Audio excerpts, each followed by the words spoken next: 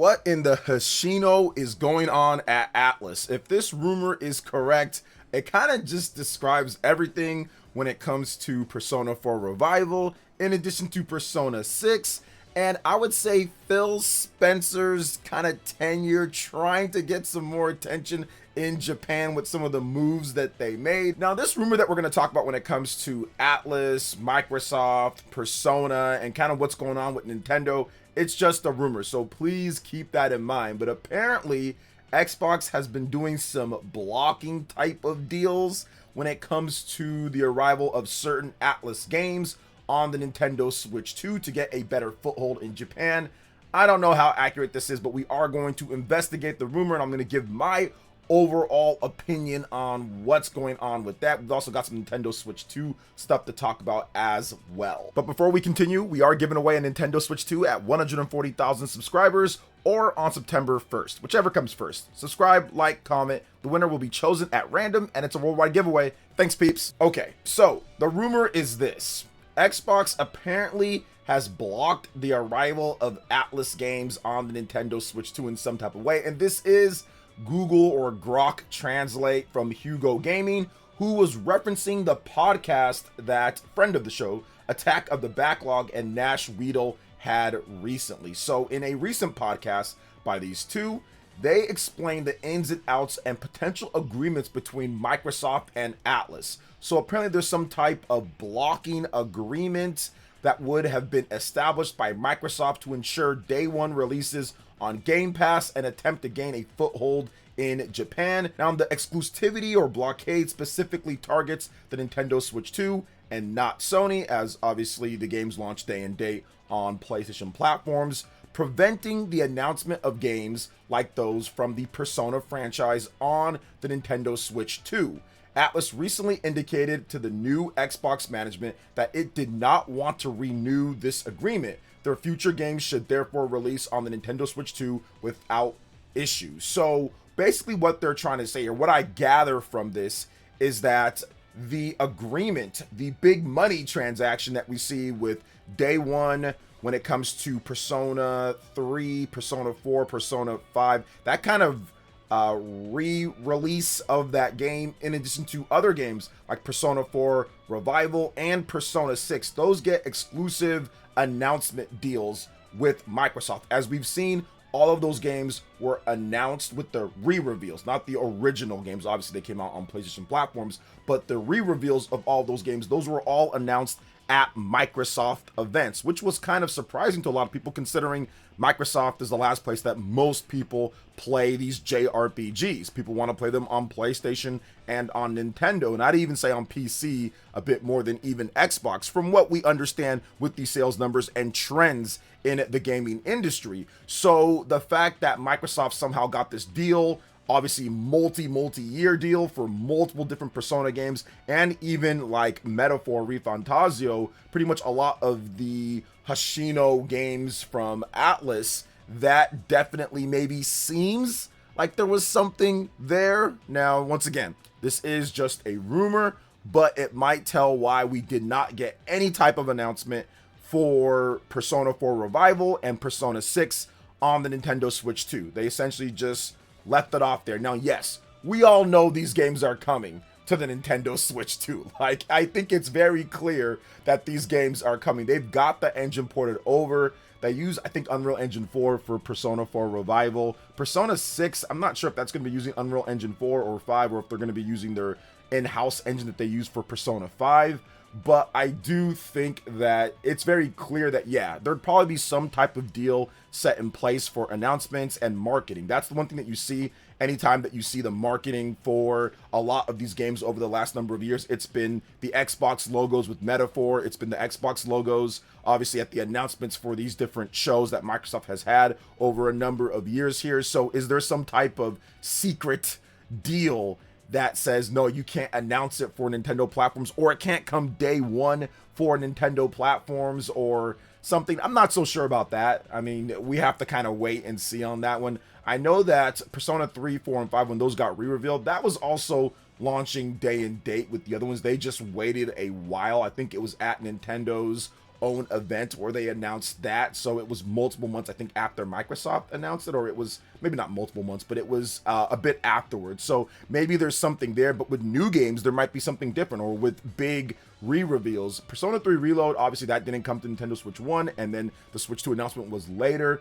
I do think that there might be something, there might be like an ounce of truth to this rumor, but I don't know if it's as nefarious as it seems, right? I mean, I'm seeing people talk about this and they're like, that's the reason why there was no announcement, is because Microsoft is blocking it, and they're blocking day one, they're blocking it even being announced, they're blocking them even talking about it or hinting about it or anything, even though we know it's coming. So I don't know, there might be something to it, but I'm not sure, like I said, if it's as serious or if it's nefarious as they say, but I'm guessing that it is a pretty big money deal. And you have to remember, and I will say this is one thing, obviously Phil Spencer's not there anymore, and we're never really going to hear how this happened, but I know Phil Spencer really loved to listen to like people on Twitter.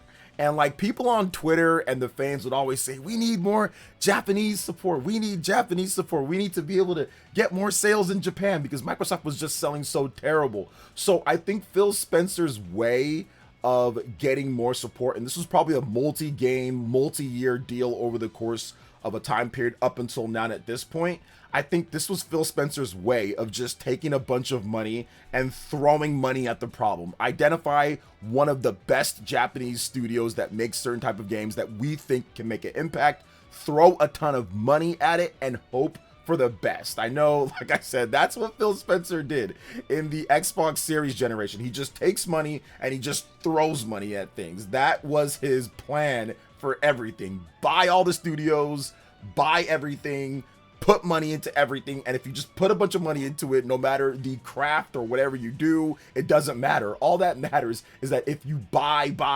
money, and obviously that plan didn't work out, because Phil Spencer, like I said, I don't want to bash the guy. I think he did a lot of good, but he had no real, I would say, skill or maneuvering these development studios, the business structure it takes for them to be successful, all the different studios they had. I mean, we heard about 14 layers of management just to get things done. Clearly, that's from someone who doesn't know how to structure things to get things done efficiently and thinks that money can solve everything. That's kind of Phil Spencer and Sarah Bond. That's what they did. That's what they did the whole generation, was throw money at things. So I would not be surprised if they actually felt that throwing a bunch of money at Atlas could turn things around. I know it sounds crazy and it sounds weird, but think about it for a second, guys. Like, they really felt that they were going to get 100 million Game Pass subscribers by 2030 by simply throwing a bunch of money at random studios and having them on Game Pass, as if people have time to play a bazillion games on Game Pass. They really thought they were going to have 70, 80 million and somehow sell systems when they weren't selling systems, and they were never on pace to get anywhere near that. I don't know how they felt that people were going to invest into the cloud like that or anything. It was way too early. It was a bad business decision, and I'm thinking that this might fall in the same line as that. But once again, I don't know. I'm simply speculating. This is a rumor. Don't take it as 100% fact or anything. But I mean, you know, they did a lot of stuff when it comes to Phil Spencer. They did a lot of loopy and goofy stuff when it comes to Phil Spencer, and the desperation I think they were trying to do to get more Japanese sales, to get more people on board, to kind of appease all the Twitter people and all the Xbox content creators that were just basically regurgitating all of their Game Pass stuff. So I mean, like, I don't know, man. It seems somewhat truthful. I won't say it's 100% truthful, but it seems like maybe there's like some truth to this rumor, but we'll have to see. But you know what is 100% factual, guys? The fact that Nintendo is going to be at San Diego Comic-Con this year. Nintendo of America officially announced this on Twitter, saying, headed to San Diego Comic-Con, so are we. We're thrilled to announce attendees will have the opportunity to get hands-on with Splatoon Raiders and Nintendo Switch Sports Resort on Nintendo Switch 2 at SDCC. See you there for playful competition, single-player adventures, and fun. And apparently, the Rizzler's going to be there, and there might be a surprise or two, according to the full write-up there. Now, don't expect any type of Super Smash Brothers reveal or anything like that. So San Diego Comic-Con takes place from July 23rd to July 26th. So there is a preview night on July 22nd. That's at the San Diego Convention Center. I am not that far away from there. I just don't know if I feel like driving all the way there when it comes to multiple hours for the Comic-Con event. But I know that they usually have a great time. Like, there's a lot of cool people that are there. You can meet a lot of people. You can be around fellow nerds and comic fans, and it's always a lot of fun. There's a lot of cool things happening. There's obviously merch and all sorts of stuff, and it's great weather, great food, great pretty much everything when it comes to the San Diego Comic-Con. You can get yourself some awesome stuff, and this will be the first time when it comes to the public it would be playable Nintendo Switch Sports Resort. So if you want to play Nintendo Switch Sports Resort and you're going to be in the area, might want to check out the San Diego Comic-Con. I think that game's going to be surprisingly good. I think they learned a lot from Nintendo Switch Sports on the Nintendo Switch 1. That game was actually a silent system seller for the Nintendo Switch 1, as it sold over 18 million units somehow, because it did not debut anywhere near of what you would think a 10 million plus seller, but it just kept on selling and selling and selling. So having that game there for people to be able to play, I would not be surprised if you see a lot of families and all that type of gathered around to play that type of game. And I think that game is going to do big dividends for the Nintendo Switch 2 over the course of the generation. You're not going to see it right there at launch. It's not going to be like, oh my gosh, this game sold, 7 million units or something crazy. But over the course of the generation, you're going to see families, you're going to see more casual gamers pick up the Nintendo Switch 2 because they played Nintendo Switch Sports on the Switch 1 and said, oh yeah, here's the sequel. Or, oh, I saw that somewhere. Or I saw a friend play it. Or I saw that on TikTok or something like that. And I can see that game really helping out in the future. So if you want to get your hands on that, you can do that at the San Diego Comic-Con, and we'll see what other Nintendo Switch 2 surprises or reveals that they have. Once again, don't expect anything crazy with that. And of course, there is a demo for Splatoon Raiders. That game is already available if you want to play it at Best Buy, Target, Walmart. It's not at every single one, no matter what, so you have to check. Go to your location with those that usually get the highest amount of traffic. If it's gotten demos before for different games like Star Fox and all that, they should have the demo unit there at those places. So I got a chance to actually play Splatoon Raiders myself. If you haven't seen my video, I talked about it. The game is fun. And if you look at it, July 22nd through the 26th, that is the time when Splatoon Raiders actually comes out. So it'd be pretty cool. You can be able to check out Splatoon Raiders. Maybe if you like it, pick up a Switch 2, all that good stuff. So yeah, I'm looking forward to seeing what the impressions are of Nintendo Switch Sports Resort. And I'm guessing Nintendo will also have impressions for the game from the press. So I'm guessing they're going to set up something to where press can actually get their hands on. So I want to see what that game does and kind of how the involvement is and how good everything is with that, because I'm definitely going to be picking that one up to play with family and friends myself. So San Diego Comic-Con looking good when it comes to Nintendo. But now we have to move into a new tech listing that could show that Nintendo will be adding some docked support for VRR on the Nintendo Switch 2. So with the introduction of the Nintendo Switch 2, fans got their first taste of VRR, or more like the first taste of Nintendo doing VRR, or variable refresh rate. For those who don't know, VRR will change a TV's refresh rate in real time to match a game's frame rate, resulting in a smoother experience. It's certainly a nice option to have, and I've taken advantage of it myself multiple times on Xbox and PlayStation, and even on the Nintendo Switch 2 with the portable VRR screen that they do have, because it does support the 120 Hertz VRR on the screen of the Nintendo Switch 2.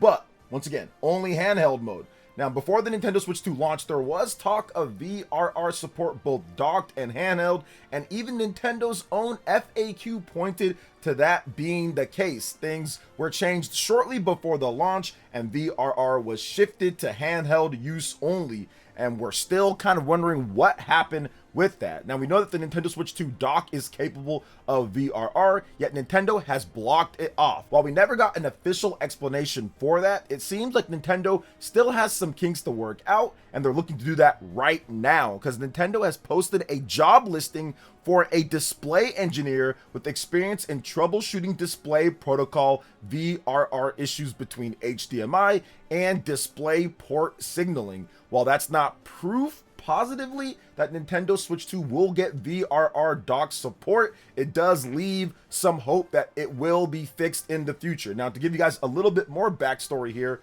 the PlayStation 5, that did not support VRR dock mode at launch. I think it took about 2 years after the launch of the PlayStation 5 or so.